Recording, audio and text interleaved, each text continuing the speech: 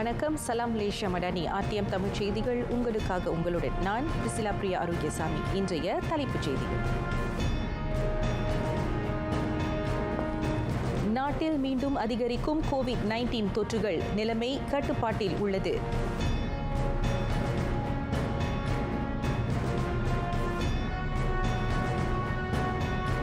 திட்டமிட்டதைப் போல் SPM தேர்வு நடைபெறும், கல்வி அமைச்சர் உறுதி.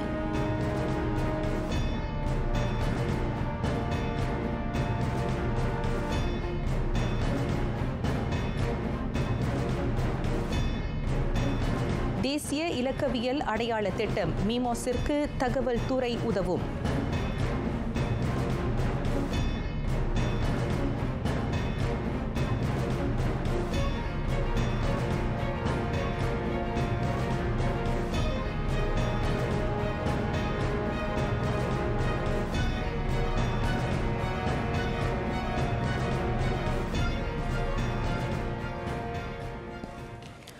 IDN தேசிய இலக்கவியல் அடையாள பயன்பாடு குறித்து விளக்க மீமோஸிற்கு தகவல் துறை உதவும். அது IDN பற்றிய இதர கேள்விகளுக்கு, குறிப்பாக சுயதரவு பாதுகாப்பு மற்றும் பதிவு முறை முதலிய விவகாரங்கள் குறித்து பதிலளிக்க துணைக்கோலும் என தொடர்பு இலக்கவியல் அமைச்சர் ஃபமி ஃபட்சேல் தெரிவித்தார். அந்த விளக்கங்கள் யாவும் மலேசிய நுண்மின்னியல் முறைமை கழகத்தின் எல்லா கேள்விகளுக்கும் தெளிவான முறையில் பதிலளிக்கும். அதன் பொருட்டு 3 நிமிடங்களுக்கு குறைவான சுருக்கமான எளிமையான காணொலியை அமைச்சு வெளியிடும். IDN-ஐ வெற்றியுறச் செய்ய சைபர் செக்யூரிட்டி மலேசியா மற்றும் சுயதரவு பாதுகாப்பு துறையின் ஒத்துழைப்பு கோரப்பட்டுள்ளது. தரவு பாதுகாப்பு தொடர்பான பிரச்சினைகளை களையவும், இணையத்தை எந்நேரமும் அணுக்கமாக கண்காணிக்கவும் அது வகை செய்யும் என ஃபமி ஃபட்சேல் குறிப்பிட்டார். மோசமான வெள்ள பேரிடரால் இம்மாதம் நடைபெற இருக்கும் SPM தேர்வு தடைப்படாது. பேரிடரை எதிர்கொள்ள வரையப்பட்ட வழிகாட்டியை செயலாக்க கல்வி அமைச்சு ஆயத்த நிலையில் இருப்பதாக அமைச்சர் ஃபர்லினா சிடி கோடி காட்டினார். நாளை மறுநாள் தொடங்க இருக்கும் SPM தேர்வு சீராக நடைபெறுவதை உறுதி செய்ய எல்லாவித முன்னேற்பாடு நடவடிக்கைகளும் மேற்கொள்ளப்பட்டுள்ளன. வடகிழக்கு பருவக்காற்றால் ஆண்டிறுதியில் தொடரும் மழை, வெள்ளம் போன்ற பேரிடர்களால் SPM தேர்வு பாதிக்கப்படுவது வழக்கமாகி போனது. இம்முறை அனைத்து சாத்தியங்களையும் கருத்தில் கொண்டு வரையப்பட்ட தேர்வு வழிகாட்டி பின்பற்றப்படும் என ஃபட்லினா தெரிவித்தார். நாடு முழுவதும் உள்ள 5063 பள்ளிகளில் 2,60,000 மாணவர்கள் SPM தேர்வெழுத உள்ளனர். வெள்ளத்தால் பாதிக்கப்பட்டவர்களுக்கு தற்காலிக மையங்களாக மாற்றப்பட்ட பள்ளிகளிலும் கற்றல் கற்பித்தல் வழக்கம் போல நடக்கும் என அமைச்சர் குறிப்பிட்டார். 3.0 விழுக்காடு நாட்டில் வேலையில்லா சிக்கலை அவ்வெண்ணிக்கைக்கு குறைக்க இலக்கு வகுத்துள்ளார் மனிதவள அமைச்சர் வி சிவகுமார். சிவகுமார் மனிதவள அமைச்சராக பொறுப்பேற்று இன்றோடு ஓராண்டு நிறைவை எட்டுகிறது. டத்துஸ்ரீ அன்வார் பிரதமராக ஆட்சி பீடத்தில் அமர்ந்தபோது மலேசியாவில் வேலையில்லா பிரச்சினை 4.1 விழுக்காடாக இருந்ததை அவர் சுட்டினார். தற்போது அவ்வெண்ணிக்கை 3.4 விழுக்காடாக குறைந்திருக்கிறது. ஒரு நாடு அந்த பொருளாதார ரீதியில் எப்படி இருக்குது அப்படின்னு பார்க்குறதுக்கு நிறைய எக்கானமிக் இண்டிகேட்டர்ஸ் இருக்குது. நிறைய இதில் பார்க்கலாம். ஓகே, அதில் ஒன் ஆஃப் த இண்டிகேட்டர் அந்த அன்எம்ப்ளாய்மெண்ட் ரேட். ஸோ அந்த இண்டிகேட்டர் நீங்கள் பார்த்தீங்கன்னாக்கா, குறிப்பாக அந்த அன்எம்ப்ளாய்மெண்ட் ரேட்டோட இண்டிகேட்டர் எடுத்து பார்த்தீங்கன்னாக்கா ஒரு நல்ல ஒரு ப்ரோக்ரஸ், போன வருஷத்துக்கும் இந்த வருஷத்துக்கும் ஒரு நல்ல ஒரு ப்ரோக்ரஸ். ஸோ தொடர்ச்சியாக நம்ம முயற்சி எடுத்து அடுத்த வருஷம் இன்னும் அந்த பெர்சன்டேஜை குறைக்கிறதுக்குள்ள வேலைகள் செய்யும். கோலாலம்பூரில் மலேசிய தமிழ் இளைஞர் மணிமன்ற பேரவையின் 53ஆம் மாநாட்டை தொடக்கி வைத்த பின்னர் அவர் செய்தியாளர்களிடம் பேசினார். அந்நிகழ்ச்சியில் உரையாற்றிய அவர், தொழில் கல்வி, நுட்ப பயிற்சி டிவேட் மலேசியாவில் முதன்மை தேர்வாகும் காலம் வெகு தொலைவில் இல்லை என்றார். உலகை மெல்ல ஆக்கிரமித்து வரும் அத்துறையில் கால்பதிக்க இந்திய இளைஞர்கள் இப்பொழுதே முனைப்பு காட்ட வேண்டும் என சிவகுமார் மீண்டும் அறிவுறுத்தினார். மாணவர்கள் பத்தல, டிவேட் இன்ஸ்டிடியூட்ஸ் அவ்வளோ இருக்கு, ஆனா மாணவர்கள் பத்தல. எல்லாம் பல போடு தேடிட்டு இருக்காங்க. ஓகே, அது கவர்மெண்ட் செக்டர்லயும் சரி, கவர்மெண்ட் இன்ஸ்டிடியூட்டும் சரி, பிரைவேட் இன்ஸ்டிடியூட்டும் சரி, மாணவர்கள் கிடைக்குமா அப்படின்னு அவங்க வலை வீசி தேடிட்டு இருக்காங்க. ஆனா இப்ப அரசாங்கம் ரொம்ப தீவிரமா இறங்கி இந்த டிவேட் எஜுகேஷன் ப்ரோமோட் பண்றாங்க. அண்ட் மஜிஸ் டிவேட் Malaysia Okay, with all the help of the ministry and also எல்லா இன்ஸ்டிடியூட்ஸும் வந்து நம்ம ப்ரொமோஷன் செய்யும் போது என்ன நடக்குது தெரியுங்களா? Now what's going to happen? Slowly the demand will increase. அரசு கழகங்களில் டிவெட் துறையில் பயிற்சியை தொடரும் மாணவர்களுக்கான செலவை அரசு ஏற்றுக்கொள்கிறது. தனியார் கழகங்களில் அந்த தொழிற்கல்வியை தொடர விரும்புவோர் PTPTN மூலம் கல்வி கடனுதவிக்கு விண்ணப்பிக்கலாம். ரஹ்மா குடை திட்டம் மடானி அரசின் ஓராண்டு கால நிர்வாகம் நெடுகிலும் உள்நாட்டு வாணிக வாழ்க்கை செலவின அமைச்சின் புகழ்பெற்ற முத்திரையாக வலம் வந்துள்ளது. குறிப்பாக ரஹ்மா உணவு திட்டத்திற்கும் விற்பனைக்கும் ஏகோபித்த ஆதரவு கிட்டியதாக துணை அமைச்சர் ஃபுசியா சாலே தெரிவித்தார். ரஹ்மா விற்பனை திட்டத்தின் மூலம் ஏறத்தாழ 50 லட்சம் பேர் பலனடைந்துள்ளனர். அந்த முனைப்பின் வெற்றி அமைச்சு நடமாடும் கருணை விற்பனை திட்டத்தை அறிமுகப்படுத்த ஊக்குவித்தது.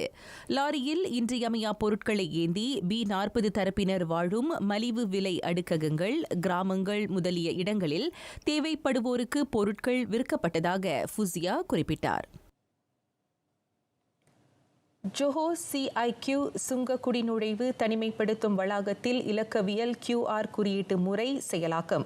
ஜோஹோர் சிங்கப்பூரின் இரு நுழைவாயில்கள் வழியாகவும் வந்து போவோரின் நடமாட்டத்தை கண்காணிக்க துணை புரியும் என மாநில மந்திரி பசார் டத்தோ ஒன் ஹாஃபிஸ் காசி தெரிவித்தார். JSSEZ ஜோஹோர் சிங்கப்பூர் சிறப்பு பொருளாதார மண்டலத்தை செயலாக்கத்தை வெற்றி பெறச் செய்யும் 3 பரிந்துரைகளில் அதுவும் ஒன்று. அடுத்த ஆண்டு ஜனவரி 1ஆம் தேதி தொடங்கி CIQவில் சிங்கை இலக்கவியல் QR குறியீட்டு முறையை செயல்படுத்த உள்ளது. எனவே உலகின் மிக பரபரப்பான எல்லையில் அதே திட்டத்தை நாடும் நடைமுறைப்படுத்த மத்திய அரசு பரிசீலிக்க வேண்டும் என டத்தோ ஒன் ஹாஃபிஸ் காசி கேட்டுக்கொண்டார். மேலும் தொழிலாளர்கள், வர்த்தக பொருட்கள் முதலியவற்றின் நடமாட்டம் சீராக இயங்க சிறப்பு அட்டை பயன்பாடும் சுங்க மற்றும் குடிநுழைவு துறை அதிகாரிகளின் எண்ணிக்கையை அதிகரிக்கப்படுவதும் அவசியம் என அவர் கூறினார்.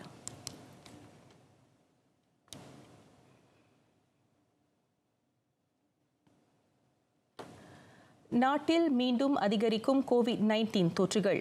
கடந்த வாரம் 3626 பேர் அந்த பெருந்தொற்றுக்கு ஆளாகியுள்ளனர். முந்தைய வாரத்தை விட அது 57.3 விழுக்காடு அதிகம் என சுகாதார தலைமை இயக்குநர் டாக்டர் முகமது ரட்ஜி அபு ஹாசான் தெரிவித்தார். கடந்த வாரம் தொற்றுக்கு ஆளானவர்களில் 48 விழுக்காட்டினர் 20 முதல் 40 வயதுக்கு உட்பட்டவர்கள். 98 விழுக்காட்டினருக்கு மிதமான அறிகுறிகள் மட்டுமே தென்பட்டுள்ளன. நாட்டில் 121 பேரை உட்படுத்திய 8 தொற்று திரள்கள் உயிர்ப்புடன் உள்ளன. பெரும்பான்மை தொற்று திரள்கள் கல்வி கழகங்களில் பதிவாகின. நாட்டில் மீண்டும் COVID-19 சம்பவங்கள் அதிகரித்துள்ள போதிலும் நிலைமை கட்டுப்பாட்டில் உள்ளது. அதனால் சுகாதாரத்துறைக்கு நெருக்குதல் ஏற்படாது என டாக்டர் முகமது ரட்ஜி உறுதியளித்தார். தற்போது 4 புதிய வகை ஒமிக்ரான் திரிபால் பாதிக்கப்பட்டுள்ளனர். கெடாவில் ஹேலிங் ஓட்டுநரை கத்தியால் குத்தி கொள்ளையடிக்க முயன்ற இளைஞன் சுங்கைப்பத்தானி மேஜிஸ்ட்ரேட் நீதிமன்றத்தில் குற்றஞ்சாட்டப்பட்டான். எனினும் 13 வயதான அந்த இளைஞன் தன் மீது சுமத்தப்பட்ட குற்றத்தை மறுத்தான். 1ஆம் படிவம் பயிலும் அந்த மாணவன் குற்றவியல் சட்டத்தின் 393வது பிரிவின் கீழ் குற்றம் சாட்டப்பட்டுள்ளான். குற்றம் நிரூபிக்கப்பட்டால் அவனுக்கு 7 ஆண்டுகள் சிறை தண்டனை விதிக்கப்படலாம். 2000 ரிங்கெட் தொகை மற்றும் தனிநபர் உத்தரவாதத்தில் அந்த இளைஞனை பிணையில் விடுவிக்க நீதிபதி கைராத்துல் அனிமா ஜலானி உத்தரவிட்டார். வழக்கு அடுத்த ஆண்டு ஜனவரி 17ஆம் தேதி மீண்டும் செவிமடுக்கப்படும். கடந்த மாதம் 27ஆம் தேதி அந்த இளைஞன் 65 வயதான வாடகை கார் ஓட்டுநரை கத்தியால் குத்தி கொள்ளையடிக்க முயன்றுள்ளான். தன்னை குத்த வந்த கத்தியை தடுத்து அந்த இளைஞனின் கையை கடித்து குறிப்பிட்ட ஹேலிங் ஓட்டுநர் காயங்கள் இன்றி உயிர் தப்பினார். வாடகை காரில் பொருத்தப்பட்டிருந்த மறைக்காணியில் அந்த சம்பவம் பதிவாகியது. இளைஞர் அமைப்புகள் அவற்றின் உறுப்பினர்கள் மத்தியிலும் தலைமைத்துவ பண்புகளை விதைக்க வேண்டும். குறிப்பாக அவர்கள் சமூக நடவடிக்கைகளில் ஈடுபடுவதை அமைப்புகளின் தலைமைத்துவம் உறுதி செய்ய வேண்டும். சிலர் அமைப்புகளில் வெறுமனே உறுப்பினர்களாக இருந்துவிட்டு போகின்றனர். மலேசிய தமிழ் இளைஞர் மணிமன்ற பேரவை போன்ற இளைஞர் அமைப்புகள் உறுப்பினர்களையும் சமூக பணிகளில் ஈடுபடுத்த முனைப்பு காட்ட வேண்டும். குறிப்பாக ஏழ்மையில் வாடும் தமிழ் பள்ளியைச் சேர்ந்த ஒரு மாணவனை அடையாளம் கண்டு உறுப்பினர் ஒருவர் தத்தெடுக்க வேண்டும். அதன் வாயிலாக அந்த மாணவனின் கல்வி தேவை பூர்த்தி அடைவதுடன் சம்பந்தப்பட்ட உறுப்பினரும் தலைமைத்துவ ஆற்றலையும் வளர்த்துக் கொள்ள முடியும். இது வந்து என்னோட சஜஷன் தான். எப்படி ஒவ்வொரு அங்கத்தினரும் அந்த இப்போ உதாரணத்துக்கு பெல்பிலியோட கேபிவிட்டியோட அங்கத்தினர் வந்து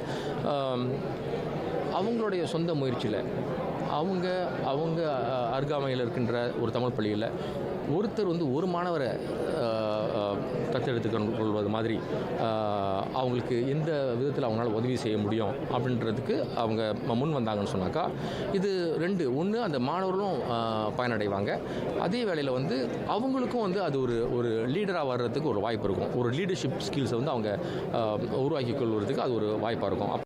அதன் பணிகள் சிக்கலின்றி தொடர 50,000 ரிங்கிட் நிதி உதவியை வழங்குவதாக அவர் உறுதியளித்தார். இந்த மானியத்தை வைத்து இளைஞர்களுக்கான நிகழ்ச்சிகளை செம்மையாக வழிநடத்துவோம் என்ற நம்பிக்கை தேசிய பேரவைக்கு உள்ளது. இளைஞர்களை அரவணைத்து அவர்களுக்கான பயிற்சி திட்டங்கள், தலைமைத்துவ பயிற்சி, பொங்கல் திருநாள், தமிழர் திருநாள் போன்ற நிகழ்வுகளை நடத்தி அதோடு இல்லாமல் அடுத்த ஆண்டு தொடக்கம் சொற்பொரு விழா ஒன்றை ஏற்பாடு செய்ய உள்ளோம். அதற்காக இந்த பணத்தை வந்து மிகப்பெரிய அளவில் பயன்படுத்தும் என்ற நம்பிக்கை எங்களுக்கு இருக்கிறது.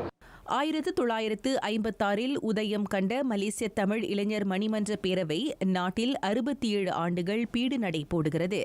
அதில் இதுவரையில் 27,000 இந்திய இளைஞர்கள் அங்கம் வகிக்கின்றனர். இந்திய மண்ணில் மலேசிய வானொலி தொலைக்காட்சியின் பெயரை மணக்கச் செய்துள்ளார் RTM மலாய் செய்தி வாசிப்பாளர் மோகன் சின்னசாமி. தமிழக அரசின் ஒத்துழைப்பில் தேசம் ஊடக குழுமம் ஏற்பாட்டிலான விருதளிப்பு நிகழ்வில் சிறந்த மலாய் செய்தி வாசிப்பாளர் எனும் விருதை அவர் வென்றார். மலாய்க்காரர் அல்லாதோருக்கான சிறந்த மலாய் செய்தி வாசிப்பாளர் பிரிவில் மோகன் சின்னசாமி கௌரவிக்கப்பட்டார். இந்தியாவின் புகழ்பெற்ற மூத்த செய்தியாளர் நக்கீரன் கையால் விருது பெற்றது குறித்து அவர் பெருமிதம் தெரிவித்தார். தமிழ்நாடு கவர்மெண்ட்க்கும் நான் ரொம்ப நன்றி சொல்கிறேன். ஏன்னா இதான் என்னோட முதல் international awards the best news castor for the Malay language நான் மலே அதுக்கு கொடுத்துருக்காங்க. இந்த வருஷம் தேசம் குரூப்ஸ் கொடுத்துருக்காங்க. எனக்கு ரொம்ப பெருமையாக இருக்குது. அதுவும் இதான் என்னோட first international awards and international trophy சொல்லலாம் நான் இந்தியாவில் வந்து வாங்குகிறேன். எனக்கு ரொம்ப பெருமையாக இருக்குது. என்னோட உழைப்பு ரொம்ப நாள் கழிச்சு என்னோட ஆசைகள் எல்லாம் ரொம்ப நிறைவேறிருக்கு. நான் நன்றி சொல்கிறேன். இதுக்கப்புறம் நான் இன்னும் நிறையா சாதிக்க பார்க்குறேன் அந்த RTM பேரை வச்சு. ஏன்னா இப்போ நமக்கு எல்லாம் தெரியுது RTM பேர் வந்து மலேசியா மட்டும் ஃபேமஸாக இல்லை, உனக்கும் பூரா RTM பேர் சொல்கிறாங்க. எனக்கு ரொம்ப பெருமையாக இருக்குது. இந்திய அரசால் RTMக்கு கிட்டிய முதல் அனைத்துலக விருது அதுவாகும். கலை, பொழுதுபோக்கு, ஊடகம், வர்த்தகம் என பல்வேறு துறைகளில் சமூகத்துக்கு பங்காற்றும் சுமார் 100 பேர் விருது வழங்கி அங்கீகரிக்கப்பட்டனர். நேற்றிரவு சென்னையில் நடைபெற்ற அந்த விருதளிப்பில் தமிழக முதல்வர் மு.க. ஸ்டாலினும் தகவல் துறை அமைச்சர் P. சாமிநாதனும் சிறப்பு விருந்தினர்களாக கலந்து கொண்டனர். ஒரு வீட்டிற்கு ஒரு தொழில் முனைவர் எனும் இலக்குக்கு ஏற்ப வர்த்தக மற்றும் வணிக துறைகளில் இந்திய சமூகம் தடம் பதிக்க வேண்டும். அதனை முன்னிறுத்தி கோபியோ புலம்பெயர்ந்த இந்திய வம்சாவளியினர் அமைப்பு அனைத்துலக நிலையில் மிளிரும் உள்ளூர் இந்திய தொழில் முனைவர்களுக்கு விருது வழங்கி கௌரவித்தது. கோபியோவின் 25வது நிறைவாண்டை முன்னிட்டு 3 நாட்களுக்கு அந்த மாநாடு நடத்தப்படுகிறது. மாநாட்டின் ஓர் அங்கமாக வர்த்தக விருது விழா நேற்று நடைபெற்றது. 15 நாடுகளைச் சேர்ந்த 400 பிரமுகர்கள் அதில் பங்கேற்றனர். மலேசியா, இந்தியா, சிங்கப்பூர், இலங்கை, ஜப்பான் ஆகிய நாடுகளைச் சேர்ந்த 23 தொழில் முனைவர்களுக்கு விருது வழங்கி சிறப்பிக்கப்பட்டது.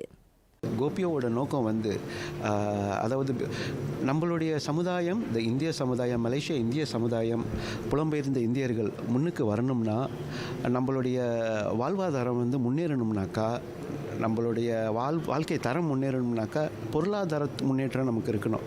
அப்போ பொருளாதாரத்தில் நம்ம முன்னேறணும்னாக்கா கொமர்ஸில் நம்ம இருக்கணும், பிஸ்னஸில் நம்ம இருக்கணும். 1/3 அதாவது 3/1 நம்ம வந்து வியாபாரத்தில் ஈடுபட்டோம்னா, நம்ம சமுதாயத்தில் இருக்கிறவங்க இளைஞர்கள் எல்லாம் வியாபாரத்தில் ஈடுபட்டோம்னாக்கா our community can become self-sustained. செயற்கை நுண்ணறிவு, தகவல் தொழில்நுட்பம், விவசாயம், விண்வெளி ஆராய்ச்சி போன்ற தொழில்துறைகளே வரும் காலங்களில் ஆதிக்கம் செலுத்தவிருக்கின்றன. அத்துறை சார்ந்த வணிக வாய்ப்புகளை எடுத்துரைக்கும் வண்ணம் பல தொழில் பயிற்சிகளையும் கோப்யோ முன்னெடுத்து வருகிறது. இளைஞர்கள் அதில் பங்கேற்று வர்த்தக துறையில் தடம் பதிக்க முனைய வேண்டும். நேற்றிரவு மர்டேக்கா அரங்கில் நடைபெற்ற வர்த்தக விருது விழாவில் இந்திய வெளியுறவு அமைச்சர் HE ராஜ்குமார் ரஞ்சன் சிங், மனிதவள அமைச்சர் V சிவகுமார், தொழில் முனைவர் மேம்பாடு கூட்டுறவு துணை அமைச்சர் செனட்டர் சரஸ்வதி கந்தசாமி ஆகியோர் சிறப்பு விருந்தினர்களாக கலந்து கொண்டனர். சமய நெறிகளை போதிக்கும் கல்வி பீடமாக ஆலயங்கள் திகழ்கின்றன. இந்து சமய ஆகமுறைகளை சமுதாயத்திற்கு சரியான முறையில் எடுத்துணர்த்த கற்றுத்தேர்ந்த புதிய குருக்கள் மலேசியாவில் உருவாக்கப்பட வேண்டும். மலேசிய குருக்கள் சங்கத்தின் விருதளிப்பு மற்றும் நிதி திரட்டு விழா அதற்கு மைல்கல்லாக விளங்கியது. மலேசியாவில் 2000 கோவில்கள் உள்ளன. கோவிட்-19 தொற்று காலகட்டத்தில் இந்தியாவைச் சேர்ந்த குருக்கள்மார்கள் தாயகம் திரும்பியதால் ஆலயங்களில் பற்றாக்குறை நிலவியது. அதற்கு தீர்வு காணும் வண்ணம் மலேசியாவில் நவீன குருகுலத்தை நிறுவி உள்ளூர் குருக்கள்களை உருவாக்க இலக்கு வகுக்கப்பட்டுள்ளது. சமய கலாச்சார வளர்ச்சிக்கு வித்திடும் வகையில் சமய வகுப்புகளை நடத்த புதிய கட்டடம் ஒன்றை மலேசிய குருக்கள் கட்டி வருகிறது. வளர்ந்து வர குருமார்களை ஒன்று திரட்டி சமய தீட்சை, பூணூல் வைபோகம் இதெல்லாம் நம்ம பண்ணிக்கிட்டு இருக்கோம். தொடர்ந்து அவங்களுக்கு அடுத்த கட்ட சேவைகளை அவங்க தொடர்பு கொண்டு நம்ம கேட்கும் பொழுது அவங்களுக்கு பாட புஸ்தகங்கள், பாடத்திட்டங்கள்லாம் நம்ம வழங்கிட்டு இருக்கோம். ஆனால் அவங்கள கொண்டு வந்து சேர்க்கறதுக்கு ஒரு தளம் இல்லை எங்கள்கிட்ட. நம்மளுக்கு தொடர்பு கொண்டு கேட்குறாங்க, நாங்கள் படிக்க போகிறோம், எங்களுக்கு ஒரு இடம் வேணும் அப்படின்னும் போது நம்ம வந்து ஒரு கோயிலை காட்டுறதா இருக்குது, நீங்கள் இந்த கோயிலை படிங்கன்னு. அங்கே போனால் அவங்களுக்கு வந்து கோயில் வேலை பார்க்குறதுக்கே அந்த நேரம் சரியாக இருக்கிறதுனால அவங்களுக்கு வந்து படிப்பு கொஞ்சம் அந்த சந்தர்ப்பம் அமையல. ஆனால் இப்போ நம்ம ஆரம்பிக்க போகிற இந்த குருகுலம் என்பது முழுக்க இந்த வேத ஆகமங்களை கற்று தேர்ந்து மலேசிய திருநாளர் குருமார்கள் ஆலயங்களுக்கு அவங்களை அனுப்பி வைக்க வேண்டும். சுவரின்றி சித்திரம் வரைய முடியாது. நாட்டில் இந்து சமயம், கலை, கலாச்சாரம், பண்பாடு போன்ற சித்திரங்களை தீட்டி அதன் வளர்ச்சிக்கு துணை நின்ற கரங்களுக்கும் விருதுகள் வழங்கப்பட்டன. குருக்கள் உட்பட சமூக தொண்டாற்றிய 90 நல்லுள்ளங்களுக்கு மனிதவள அமைச்சர் V சிவகுமார் விருதுகளை எடுத்து வழங்கினார். இன்னைக்கு வந்து என்ன அவார்டு கிடைச்சிருக்குதுனாக்கா நாட்டிய கலை ரத்னான்ட்டுன்னு கொடுத்துருக்குறாங்க. இன்னைக்கு நிறைய நாட்டிய நாடகம், பரதத்தை இன்னும் நிறைய வெளிப்படுத்தணும். எல்லா மாணவிகளும் இங்கே இருக்கிற பிள்ளைங்களுக்கு எல்லாத்துக்கும் வருமான குறைவாக இருக்கிற பிள்ளைங்களுக்கும் நான் ஃப்ரீ கிளாஸஸ் எடுத்து சொல்லிக் கொடுக்கணும், இந்த கலையை வளர்க்கணுன்றது தான் இன்னும் என்னோட ரொம்ப ஆசை. இந்த அவார்டு கொடுத்தனால எனக்கு இன்னும் மோட்டிவேட்டாக இருக்குது. ஸோ இன்னும் நல்லா செய்யணும்னு தோணுதுலாம். குறிப்பாக யங்ஸ்டர்ஸுக்குனா அந்த படிப்பு சம்மந்தப்பட்டது. இப்போ நிறைய பேர் படிப்பு இல்லாமல் கஷ்டப்பட்டுருக்காங்க. இப்போ வீடு வசதி அதெல்லாம் நிறையா இருக்குது. நல்ல பாதையில் போகாமல் தப்பான பாதையில் போய்ட்டுருக்காங்க.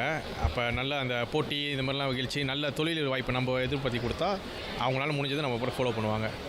சமுதாய சிந்தனையுடன் அந்த புதிய கட்டிடத்தை கட்டுவதற்கு 50,000 ரிங்கிட் தொகையை வழங்குவதாக அமைச்சர் உறுதியளித்தார். மேலும் அர்ச்சகர்களை சொக்சோவின் கீழ் பதியும் பொருட்டு சமூக நல பாதுகாப்பு திட்டத்தின் கீழ் சமயமும் ஓர் அங்கமாக இணைக்கப்பட்டுள்ளது. மலேசிய குருக்கள் சங்கத்தின் வெள்ளி விழாவில் கலந்து கொண்டு உரையாற்றிய போது V சிவகுமார் அதனை தெரிவித்தார்.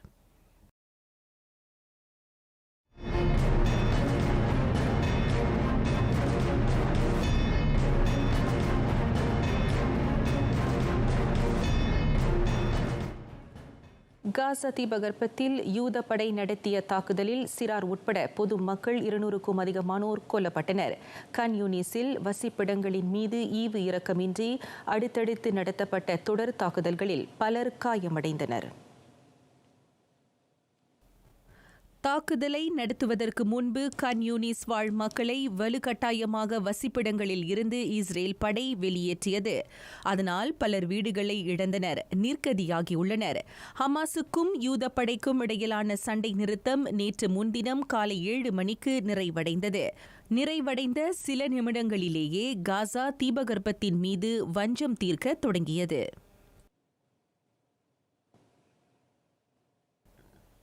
இவ்வேளையில் போரால் நிலை குலைந்திருக்கும் காசா மக்களுக்கு ஐக்கிய அரபு சிற்றரசின் கள மருத்துவமனை சிகிச்சை அளிக்க தொடங்கியுள்ளது.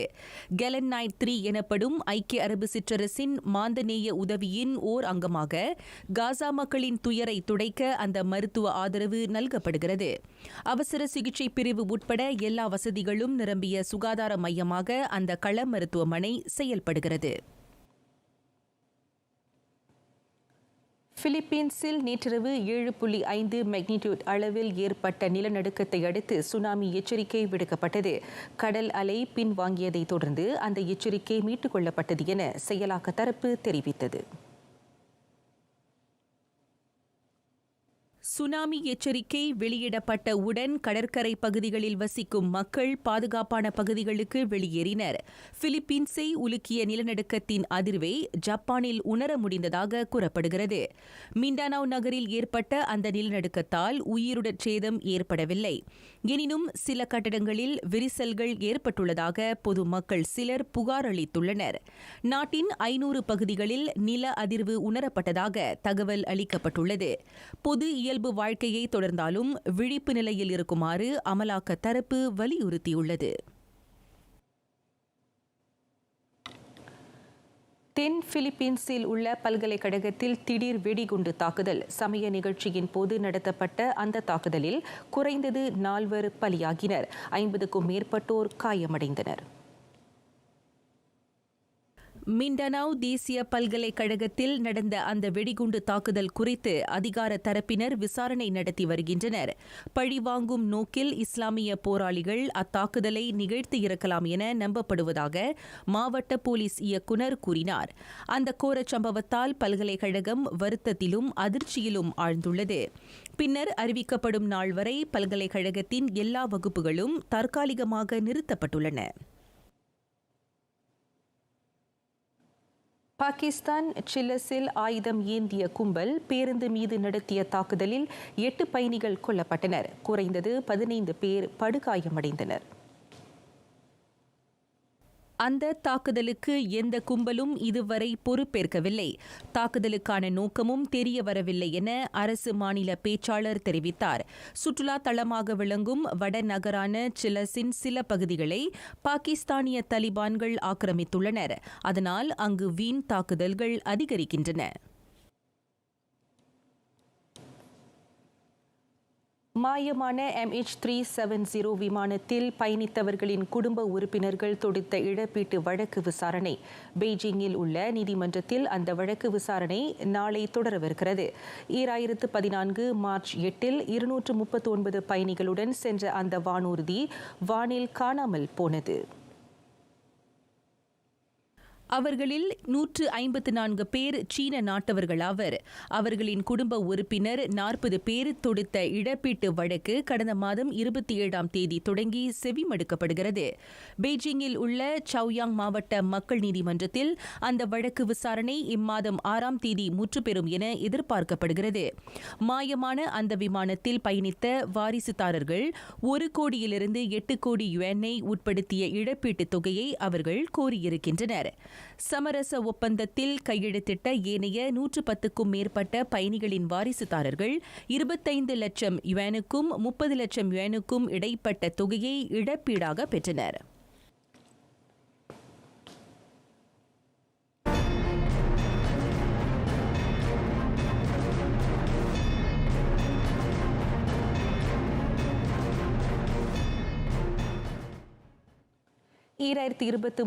ஆடவர் இளையோர் உலகக்கிண்ண ஹாக்கி போட்டி வரும் செவ்வாய்க்கிழமை ஏ குழு நிலையிலான தொடக்க ஆட்டத்தில் சிலியுடன் களமாடவுள்ளது தேசிய அணி.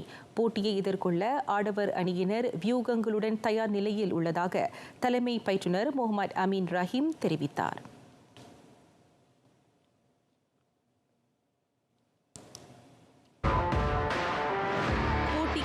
இறுதிக்கட்ட பயிற்சிகளில் தேசிய அணியினர் சிறந்த முன்னேற்றத்தை காண்பித்து வருகின்றனர். குறிப்பாக தற்காப்பு தாக்குதல், நுணுக்கமாக பெனல்டி கோல்களை அடிக்கும் முறைகளை அவர்கள் வலுப்படுத்தியுள்ளனர். சிலி அடுத்து நடப்பு வெற்றியாளர் அர்ஜென்டினாவுடன் தேசிய அணி பல பரீட்சை நடத்தும். அதனைத் தொடர்ந்து புக்கிட் ஜலில் தேசிய அரங்கில் நடைபெறும் நிறைவு ஆட்டத்தில் ஆஸ்திரேலியாவை அது சந்திக்கும்.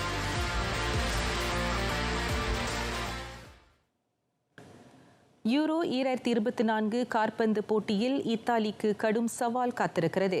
பி பிரிவில் இடம்பெற்றிருக்கும் அந்த நடப்பு வெற்றியாளர் ஸ்பெயினுடன் மோதவுள்ளது.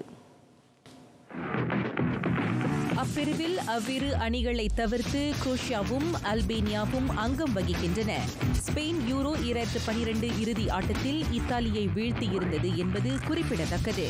2018 உலகக்கிண்ண போட்டியில் இறுதி ஆட்டம் வரையில் முன்னேறிய குரோஷியாவை தொடக்க ஆட்டத்தில் ஸ்பெயின் சந்திக்கும். அவ்வாட்டம் அடுத்த ஆண்டு ஜூன் 15ஆம் தேதி பெர்லினில் நடத்த திட்டமிடப்பட்டுள்ளது.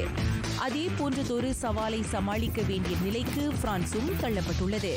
டி பிரிவில் அதற்கு சிம்ம சொப்பனமாக நெதர்லாந்து விளங்கும் என எதிர்பார்க்கப்படுகிறது. கடந்த ஐரோப்பிய கிண்ண போட்டியில் இறுதி ஆட்டம் வரையில் முன்னேறிய இங்கிலாந்துக்கு இம்முறை சாதக நிலை காணப்படுகிறது. அதே நிலை ஜெர்மனிக்கும் தென்படுகிறது.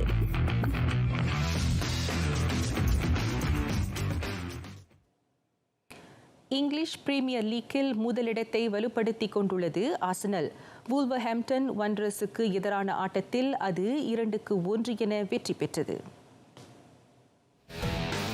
வூல்ஸை தமது சொந்த அரங்கில் வரவேற்ற த கன்னர்ஸுக்கான 2 கோல்களும் முற்பாதியில் புகுத்தப்பட்டன. ஆட்டம் தொடங்கிய 6வது நிமிடத்திலேயே அவனிக்கான முதல் கோலை அடித்தார் புகாயோ சாகா. 2வது கோலை பெற ஆர்சனல் அதிக நேரத்தை எடுத்துக் கொள்ளவில்லை. 7 நிமிடங்கள் கழித்து மார்டின் ஒடேகார்ட் அவனிக்கு 2வது கோலை பெற்று தந்தார். வூல்ஸுக்கான ஒரே ஆறுதல் கோலை 86வது நிமிடத்தில் மத்தியோஸ் குன்யா அடித்தார்.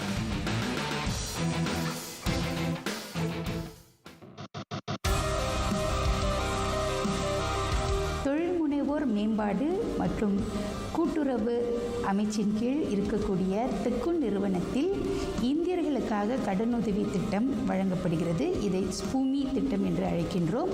இதற்கு இந்த ஆண்டு அரசு 30 மில்லியன் ஒதுக்கியிருக்கிறது. கடந்த காலங்களில் அரசு வழங்கியிருக்கக்கூடிய தொகையும் இணைத்து நாம் இந்திய மக்களின் சிறு அல்லது நடுத்தர வர்த்தகர்களுக்கு கடனுதவி வழங்குகின்றோம். விண்ணப்ப படிவம், அடையாள கார்டு நகல், பேங்க் ஸ்டேட்மெண்ட், பிஸ்னஸ் ரெஜிஸ்ட்ரேஷன் ஆகிய இந்த 4 பாரங்களை மட்டும் கொண்டு ஆவணங்களை கொண்டு இந்த கடனுதவிக்கு விண்ணப்பம் செய்யலாம். இதை நாம் சுலபமாக்கியிருக்கின்றோம்.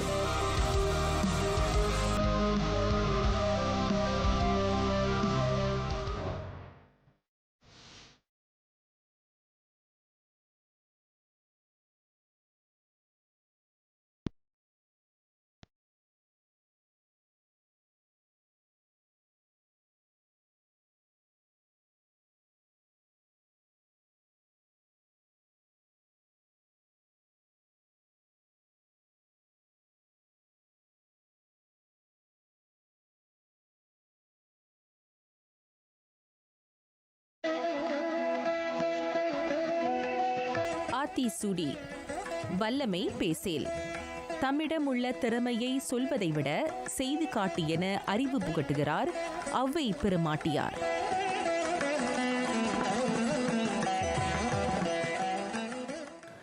நிறைவடைகின்றன RTM தமிழ் செய்திகள்.